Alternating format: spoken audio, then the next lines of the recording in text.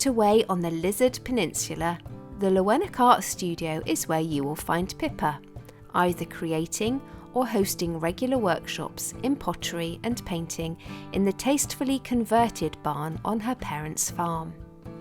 Pippa studied illustration at Falmouth University and then trained and taught as a secondary school art teacher before coming back to her roots here and setting up the Lowenek Studio. Lowenek means joyful in Cornish, and we certainly enjoyed our time with Pippa.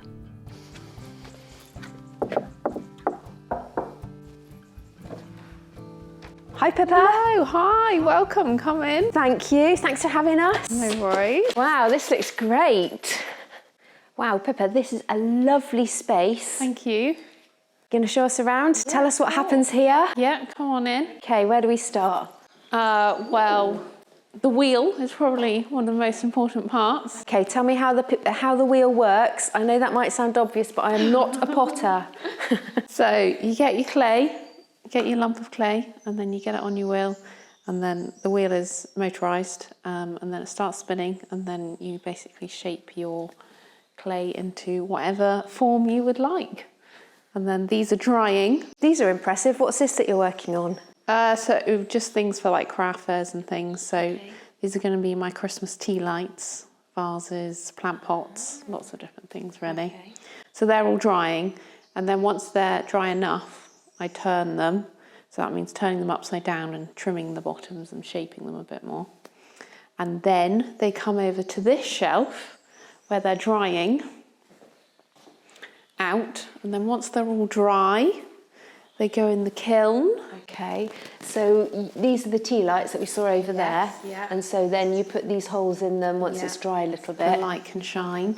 Yeah. So yeah, so once they're all dried out, they go in the kiln and get bis fired.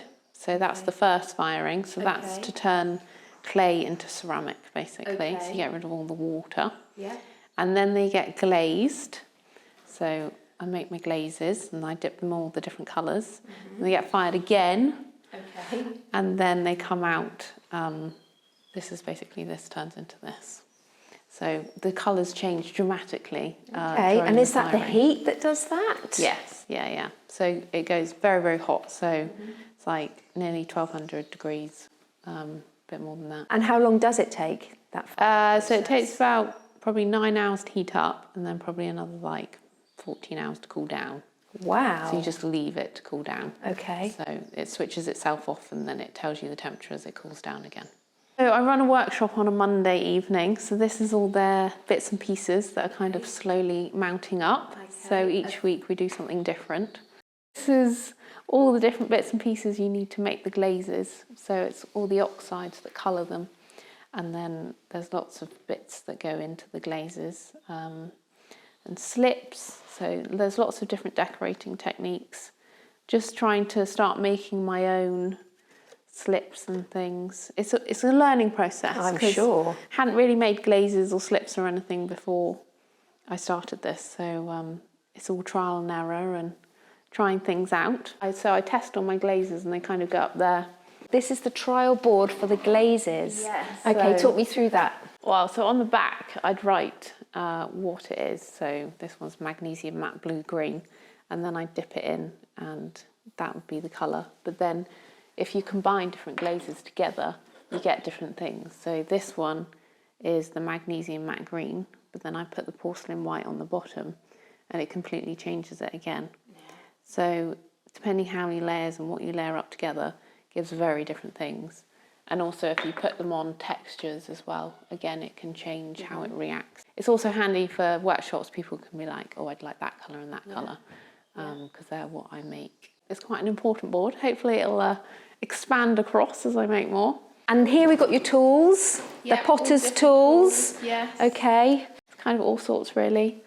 Potter knives, very important, cutting everything. Holes, this is how I make all the holes. Rolling pins, everybody will be familiar with those. Letter sets, this is new. Can't wait to try these out. Okay. Lace, so lots of impressing. These kind of just wooden tools that are good for putting things together. Cutting things out, there's all sorts really. And this is where the workshops happen, really. Okay. And then, yeah, grab an apron and get going.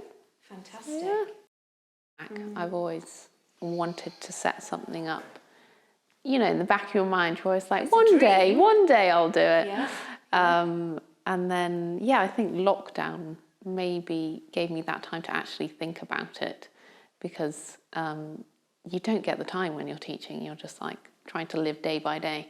Whereas when we actually got locked down, I was like, actually stopped and thought and was like, actually, maybe it's time. Don't have any commitments. If I don't do it now, when will I do it? I thought, I felt like my time in Surrey had come to an end.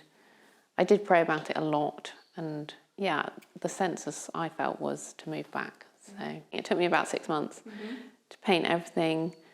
Electricity went in, water went in, building sinks.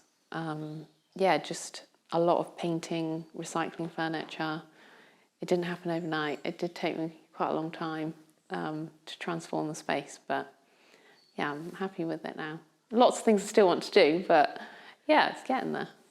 I think it's lovely to see that you had a vision and a dream, and this is, this is the fruit of that.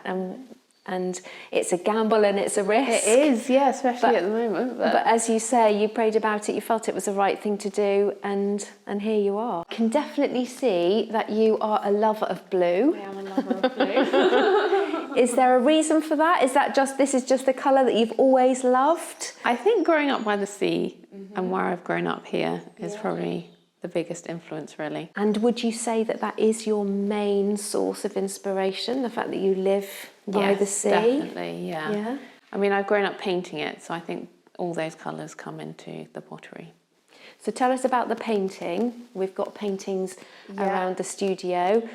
I think I've always been creative and always done it all the way through school. And then at uni I took illustration. Okay. So that was more drawing, watercolours, that kind of thing. And then in my first job I got as like a graduate assistant in a school. I was just looking after the kids at the weekends and the evenings and stuff. And they did their own thing, so I was often just sitting there. So I thought, I'm going to paint. So I lived half my time in the art department, so I'd bring it all over, and I started from there, really. Yeah. And then I've always had a day painting, even while I was teaching.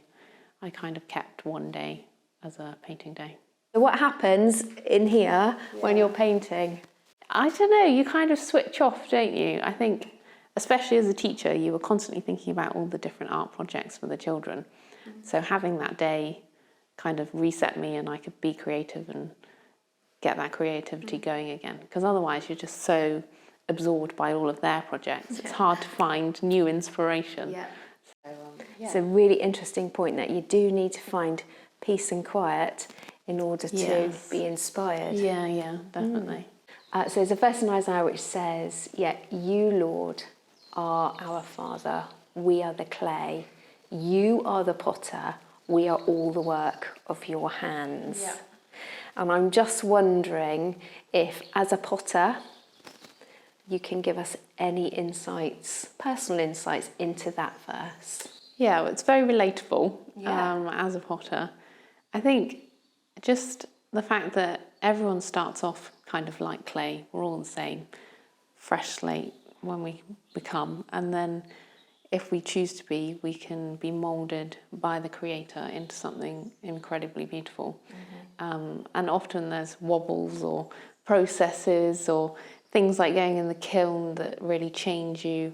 But in the end, if you want to listen and be willing, then you can come out as something really beautiful, and that as your life is a creation, really. But yeah, it is all directed by God.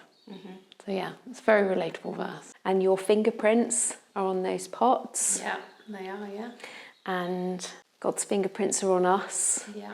Like you say, as we are mouldable and malleable in his hands.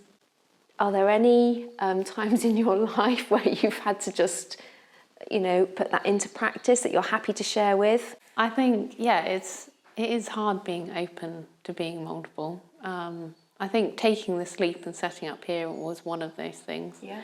It's a big leap of faith going from a full-time job into moving home and setting something up. But as I say, I mean, you pray about it, you do as much as you can and try and get a sense of what God is trying to tell you. So, and there is an element as well of faith and trust, isn't there? So there's another verse in the Bible where it says, you know, at the clay having the cheek to turn around and say to the potter, you've made me like this. But actually we put our trust and our faith in God and we say, you can, I trust you. And everything that comes out is completely unique. Often when you're making, you do have a few wobbles and wibbles and like you have to straighten it out. And I can see a lot of that in life and bits where you're like, oh, maybe I didn't listen there or wobbled off the path there. And when we take that analogy back to us in God's hands, actually sometimes would you agree that it's the wobbles that make the final piece unique? Pottery is one of those processes where you don't always know what's going to happen. It is a bit unexpected, especially when you put things in the kiln. So sometimes you can get something incredibly beautiful and you didn't know it was going to happen. So that is definitely something I can relate to in life, unexpected things. Thanks for showing us around and for having us over at your beautiful Lowenek Studio. Thanks for coming. It's been a pleasure.